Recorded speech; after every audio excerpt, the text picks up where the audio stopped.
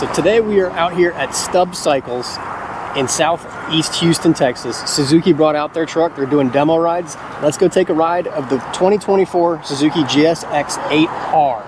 That is a new bike that a lot of people have been interested in. Let's ride it for the first time. I'll let you know what my thoughts are.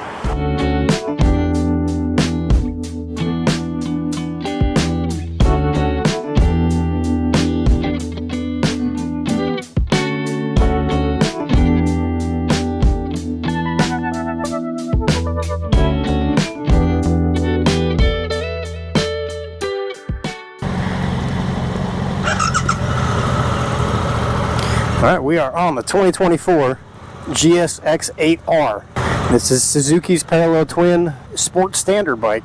This is kind of like their entry-level sport bike now. They still have the GSX-R 600, but this is not a super sport. You can see it has bar risers to it. It's got more of a standard feel with an upright seating position. Your back isn't leaned over as much. You're not putting too much tension on your wrists.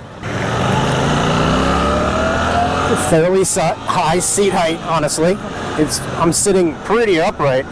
So this, in the area of Houston where we're at, has become a very popular choice for beginners because of the price point. You've got this sporty look, full fairing bike, but it's not super expensive. It's not as expensive as a super sport. And you got a lot of cool tech with it. You've got fly-by-wire throttle, you've got a quick shifter up and down, you've got the big TFT display, you've got various ride modes. It's very programmable and it's easy to ride. So this is a very good beginner bike for most people if you're tall enough. I'm 6 feet tall. I can flat foot this really easily. They have two different versions of this bike. They have the R and they have the S. The S is the naked version and the R is the full fairing version.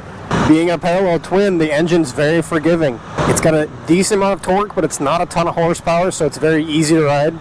So Suzuki's done some things where they have built up a bunch of new bikes. Like you've got the V-Strums that are up here that are the adventure style bikes.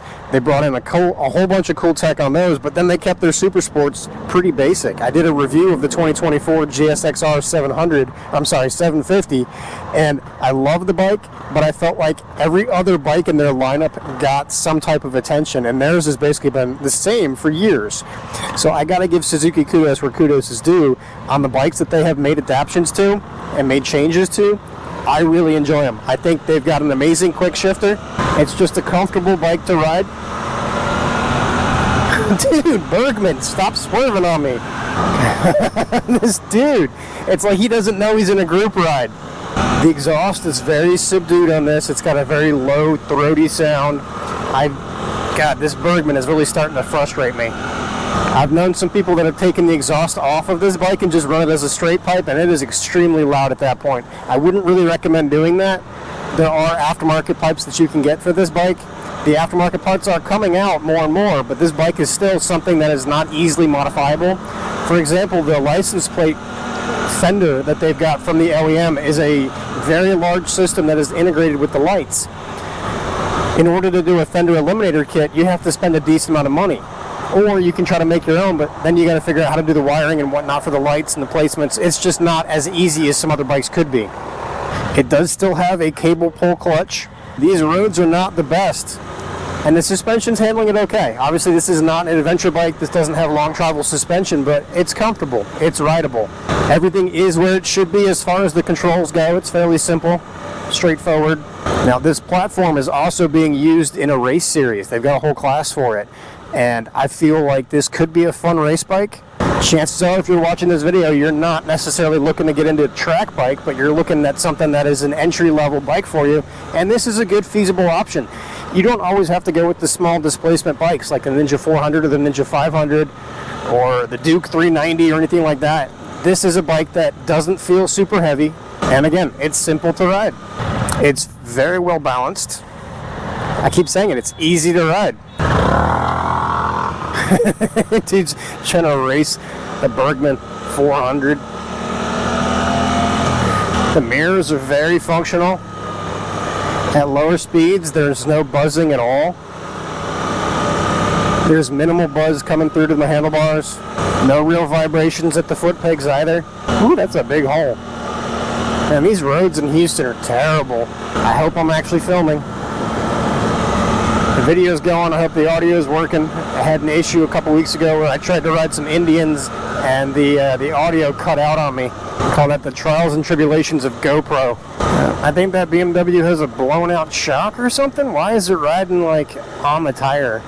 The dash is very easy to read, but there are a lot of things on it that I don't necessarily care to see. I'm wondering if the dash is programmable in the sense that, can I get the things off? Like, can I not see the traction control modes or the fuel management system modes? I don't really care about that while I'm riding, but the tachometer and the speedometer are very easy to read right off the bat.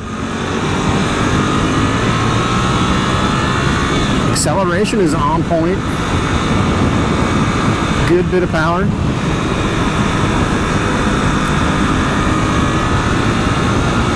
Let's do the quick shifter. Oh man, that's like butter smooth.